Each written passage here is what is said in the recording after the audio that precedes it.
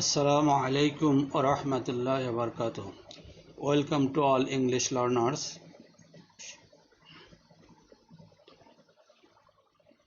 This is Mr. Shamsul Haq going to present you a lecture. I can introduce myself as MD Shamsul Haq, lecturer at Department of English, Harvard Darul Uloom Fazil Madshah, Gazipur. So my dear learners, today I am going to take a lecture on simple sentence to compound sentence. আমরা গত ক্লাসে সিম্পলকে complex করা শিখেছিলাম। আজকে আমরা শিখব সিম্পলকে কিভাবে compound সেন্টেন্সে রূপান্তর করা যায়। So my learners, we will have to know the definition of simple sentence and compound sentence and some rules also. So definition of simple sentences is that a sentence that contains one independent clause and no dependent clause. আমরা জানি simple sentence বলতে একটা main clause বা principal clause থাকে, এর অন্য কোনো subordinate clause থাকে না। ইন্ডিপেন্ডেন্ট ক্লজ বলতে প্রিন্সিপাল ক্লজ বা মেইন ক্লজকে বলা হয়, আর ডিপেন্ডেন্ট ক্লজ বলতে অন্যান্য ক্লজকে বলা হয় যা অর্থ প্রকাশের জন্য মেইন ক্লজের উপরে নির্ভরশীল। Dear learners, in second slide we will know the definition of compound sentence. A sentence that has two or more independent clauses joined by a subordinating conjunction such as and, but, or, not, etc. আমরা জানি সাধারণত compound সেন্টেন্সের মাঝে conjunction বসে এবং সেই কনজাংশনগুলো বলা হয় কোঅর্ডিনেটিং কনজাংশন, এবং এই কনজাংশনগুলোর পরে যে বাক্য বসে তাকে বলা হয় কোঅর্ডিনেট ক্লজ। আমরা জানি দুই বাক্যের মাঝে কম্পাউন্ডে যে কনজাংশনগুলো বসে সেগুলো হচ্ছে অ্যান্ড, বাট, অর, নর, আইদার অর, নাইদার নর, not only but also, so ইত্যাদি। সুতরাং বুঝতে পারলাম যে কম্পাউন্ড সেন্টেন্সে দুইটি ক্লজকে ইন্ডিপেন্ডেন্ট ক্লজ বলা যায়, অর্থাৎ কম্পাউন্ড সেন্টেন্সের প্রথম অংশ শেষ অংশ অর্থ প্রকাশের জন্য নিজেই স্বয়ং সম্পূর্ণ, সুতরাং কারো উপর নির্ভর করতে হয় না বলে কম্পাউন্ডের প্রত্যেকটা ক্লজকেই ইন্ডিপেন্ডেন্ট ক্লজ বলা যেতে পারে। So we should know some basic rules of changing. আমরা জানি কমপ্লেক্সকে সিম্পলকে কমপ্লেক্স করবার সময় যে বাক্যটি দেওয়া থাকে সেটাই মেইন ক্লজ হয় এবং অতিরিক্ত ফ্রেজকে অর্থ অনুযায়ী একটি বাক্যে রূপান্তর করতে হয় এবং তাকে উপযুক্ত একটা কনজাংশন সংযুক্ত করতে হয়। কিন্তু কম্পাউন্ডের সম্পূর্ণ ভিন্ন ধরনের, যা আমরা দেখতে পাচ্ছি। At the time of changing from simple to compound, the independent clause will be coordinate clause and the phrase will be main clause or independent clause. অর্থাৎ সিম্পল সেন্টেন্সে যে বাক্যটি থাকবে মেইন ক্লজ বা ইন্ডিপেন্ডেন্ট ক্লজ সেটাকে আমরা coordinate clause বলাবো, এবং উল্লেখিত বাক্যে যে ফ্রেজ বা শব্দ থাকবে তাকে আমরা main clause banabo. Let's practice some examples which are given below. যেমন এখানে বলা হয়েছে in spite of reading more she didn't pass the exam. In spite of reading more একটি ফ্রেজ, কি ফ্রেজ? Prepositional phrase. এই ফ্রেজটিকে একটি বাক্য রূপান্তর করব এবং ইহাকেই মেইন ক্লজ বানাবো।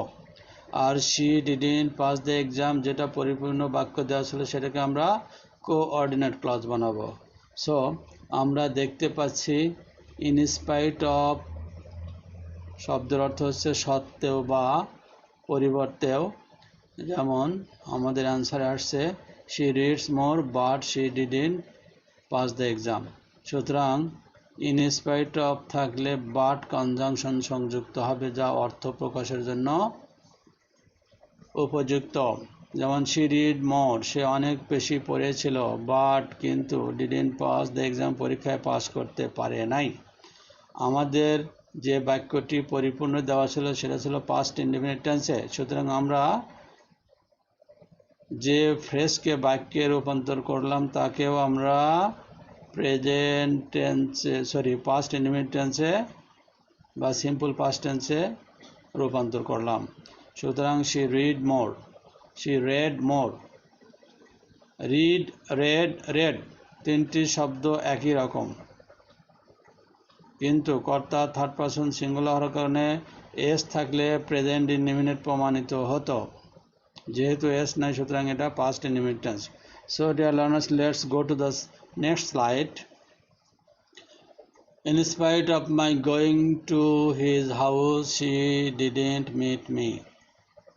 এখানে একটা কথা বলা দরকার, কম্পাউন্ড সেন্টেন্সের প্রথম বাক্য দ্বিতীয় বাক্যর কর্তা যদি একই ব্যক্তি হয় তাহলে অ্যান্ড বাটের পরে সাবজেক্ট উল্লেখ না করলেও চলবে।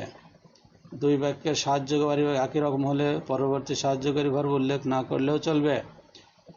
দুই বাক্যের মূল ভার্ব একই হলে পরবর্তী বাক্যে অর্থাৎ অ্যান্ড বাটের পরের বাক্যে মূল ভার্বকেও অমিট করলে বা উল্লেখ না করলে চলবে।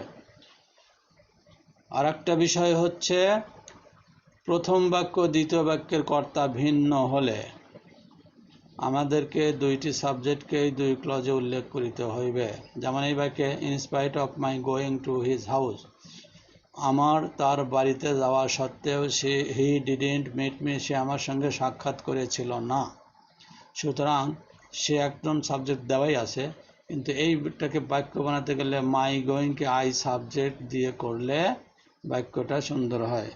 So let's see the answer. I went to his house, but he didn't meet me. প্রথম বাক্যে মাই থেকে আমরা আই সাবজেক্ট বানাইছি, দ্বিতীয় বাক্যে তো হি দেয়াই ছিল। আর যেহেতু বিপরীতধর্মী বা নেতিবাচক কথা এসেছে এই জন্য but conjunction. Dear learners, you should know that যখন বাক্যে ইতিবাচক বা পজিটিভ কথা থাকবে বা অনুরূপ কথা থাকবে তখন অ্যান্ড কনজাংশন ব্যবহৃত হয়, আর যদি বিপরীতধর্মী কথা বা নেতিবাচক কথা আসে তখন বাটের ব্যবহার করতে হয়। আমরা এখানে একটা নোট লিখেছি, when the subject is different both subjects must be used, যখন দুই বাক্যের সাবজেক্ট ভিন্ন হবে তখন দুইটি সাবজেক্টকে উল্লেখ করতে হবে।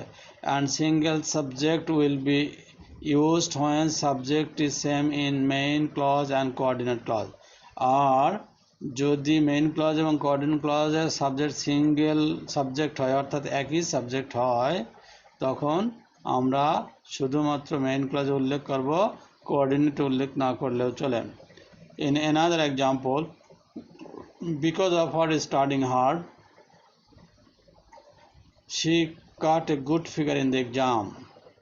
এখানে বিকজ অফ অর্থ কারণ বোঝায় এবং একটা প্রেপোজিশন।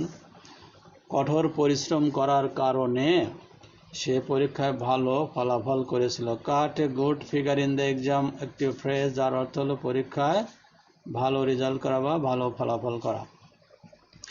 এখানে বেশি অধ্যয়ন করার জন্য ভালো রেজাল্ট, সুতরাং একটা বাক্য আর একটা বাক্যের অনুরূপ বা সমর্থক বা ইতিবাচক, সুতরাং আমরা এর আনসার দেখতে পাচ্ছি। ওকে, অ্যান্ড এর ব্যবহার আসছে। She studied hard, সে কঠোর অধ্যয়ন করেছিল। and got a good figure in the exam, এবং পরীক্ষায় ভালো করেছিল। এখানে and আসছে, কিন্তু সাবজেক্ট she, পরের বাক্যের সাবজেক্টও she, বিধায় and এর পরে পুনরায় she সাবজেক্টকে উল্লেখ করার প্রয়োজন নাই। ওকে, we are going to the next slide. saying morning prayer, she starts her household work. আমাদের আগের বাক্যগুলো পাস্ট টেন্সে গেছে, এটা অবশ্যই প্রেজেন্ট টেন্সে, যেহেতু স্টার্টস এর সঙ্গে একটা এস আছে এবং কর্তা থার্ড পারসন সিঙ্গুলার আছে। Saying morning prayer present participle phrase, এটাকে আমরা বাক্য বানাবো এবং বাক্যের কনজাংশন অবশ্যই অ্যান্ড আসবে যেহেতু ইতিবাচক কথা এসেছে। আনসারে আমরা পাচ্ছি শি সেজ মর্নিং প্রেয়ার, সে সকালে প্রার্থনা করে, and starts her household work, এবং পারিবারিক কাজকাম শুরু করে। There are two examples in this slide. It is somewhat different. By doing it you will die. এখানে ইউ আছে, আমরা এদেরকে ইম্পারেটিভের আশ্রয় নিতে পারবো। By doing it you will, তুমি এই কাজ করলে মারা যাবে। সুতরাং আনসার হচ্ছে ডু অ্যান্ড ডাই, অর্থাৎ এই কাজ করো এবং মরো। লেখা যেত ডু ইট অ্যান্ড ডাই, এটাও লেখা যেত ডু অ্যান্ড ডাই, এটাও লেখা যায়। এখানে ইট দিলে ভালো হতো, ডু ইট অ্যান্ড ডাই। অনুরূপভাবে next sentence, without doing it you will die, এটার আনসার হচ্ছে ডু অর ডাই। এখানেও ডু এর পরে ইট ব্যবহার করতে পারতাম আমরা, ভালো হতো। Do it or you will die, অর্থাৎ ডু অর ডাই, তুমি এই কাজ করো অথবা মরো। অর্থাৎ উইদাউটটা নেগেটিভ অর্থ দেয়, উইদাউট মানে উইদাউট ডুইং ইট না করলে ইউ উইল ডাই, তুমি মারা যাবে। ডু অর ডাই অর্থাৎ করো আর মরো, তার মানে হচ্ছে এটা না করলে মরবা। So dear learners, in another example, besides reading novel she reads drama. Besides মানে অধিকন্ত, একটা কাজের পরিপূরক হিসেবে আরো কোনো কাজকে besides বলা হয়। beside এস না থাকলে একটা প্রিপোজিশন মানে পার্শ্বে, আর besides হলো অধিকন্ত, এটাও প্রিপোজিশন। besides reading novel, এটা একটা প্রিপোজিশনাল ফ্রেজ। নভেল পড়ার অধিকন্ত বা পাশাপাশি বা আরও বেশি কিছু, সে রিডস ড্রামা, ড্রামাও পড়ে। সুতরাং এখানে অ্যান্ড বাটের কনজাংশন ব্যবহার করা চলবে না। এখানে আমাদেরকে বলতে হবে সে শুধু নভেলই পড়ে না, ড্রামা বা নাটকও পড়ে। সুতরাং নট অনলি বাট অলসোর ব্যবহার হওয়া যুক্তিযুক্ত। Answer, she reads not only novel but also drama, সে শুধু নভেলই পড়ে না, ড্রামাও পড়ে। Be careful, my students, try to practice more about it. Then in next slide, just after or immediately seeing a snake, Kamal killed it. একটা সাপকে দেখা মাত্রই বা দেখতে না দেখতেই কামাল এটাকে হত্যা করেছিল। সুতরাং একটা কাজ হওয়ার সঙ্গে সঙ্গে পরবর্তীতে আর একটা কাজ করেছে, এবং এখানে মানে ইমিডিয়েটলি শব্দ আসছে, এর আমরা উত্তরটা দেখব। কামাল স এ স্নেক, স কেন এনেছি, আমাদের ভার্ব ছিল মেইন ক্লজে কিল্ড, সিম্পল সেন্টেন্সে। এখানে সিং আছে তাই Kamal saw a snake, Kamal একটা সাপ দেখেছিল, and killed it at once, at once অথবা ইমিডিয়েটলিও লেখা যায়, এবং কামাল একটা সাপ দেখা মাত্রই সেটাকে হত্যা করেছিল। অর্থাৎ সাপ দেখেছে, সাপকে মারতে হবে, তখন অ্যান্ড আসছে। যদি এমন থাকতো কামাল একটা সাপ দেখেছিল কিন্তু সে মারে নাই, বিপরীত ধ্বনি বা নেতিবাচক কাজ আসার কারণে তখন বাট আসতো। So my students, now we will have to do some homeworks. Change the following simple sentence into compound sentence. আমি 8টি সেন্টেন্স উল্লেখ করেছি। Totally your homework, you will have to do it. Just I can read before you. I went outside the cabin having forgotten him. এখানে having forgotten perfect participle, সুতরাং এটাকে past perfect টেন্সে করতে হবে, এবং ফর্মুলা যদি তুমি কনজাংশন সেট করে বাক্য বানাবে। The man was too foolish to understand it. Number 3, she spoke too slowly for us to understand. us to hear, এখানে for us to hear, সে বলতো আমাদের জন্য শোনা খুবই কষ্টকর ছিল কারণ সে স্লোলি বলতো। এখানেও সাবজেক্ট ভিন্ন হবে।